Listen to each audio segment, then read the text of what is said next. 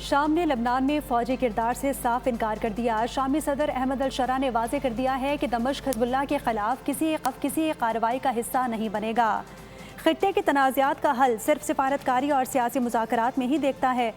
لبنان اور حزب اللہ کے خلاف ممکنہ کارروائیوں سے متعلق قیاس آرائیوں کے درمیان شام نے اپنا موقف دو ٹوک انداز میں بیان کر دیا۔ امریکی صدر ڈونلڈ ٹرمپ نے اشارہ دیا تھا کہ اگر اسرائیل حزب اللہ کے خلاف اپنے مقاصد حاصل نہ کر سکا تو شام بھی کردار ادا کر سکتا ہے، تاہم دمشق نے اس امکان کو مکمل طور پر مسترد کر دیا۔ لبنان نے بھی شامی موقف کا خیر مقدم کیا ہے۔ لبنانی وزیر اعظم نواف سلام نے شامی وزیر خارجہ سے رابطہ کیا اور صدر احمد الشرا کے موقف کو برادرانہ قرار دے دیا۔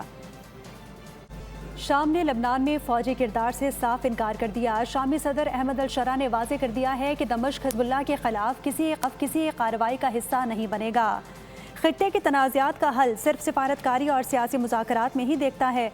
لبنان اور حزب اللہ کے خلاف ممکنہ کارروائیوں سے متعلق قیاس آرائیوں کے درمیان شام نے اپنا موقف دو ٹوک انداز میں بیان کر دیا۔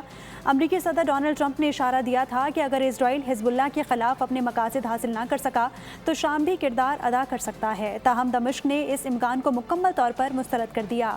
لبنان نے بھی شامی موقف کا خیر مقدم کیا ہے۔ لبنانی وزیر اعظم نواف سلام نے شامی وزیر خارجہ سے رابطہ کیا اور صدر احمد الشرا کے موقف کو برادرانہ قرار دے دیا۔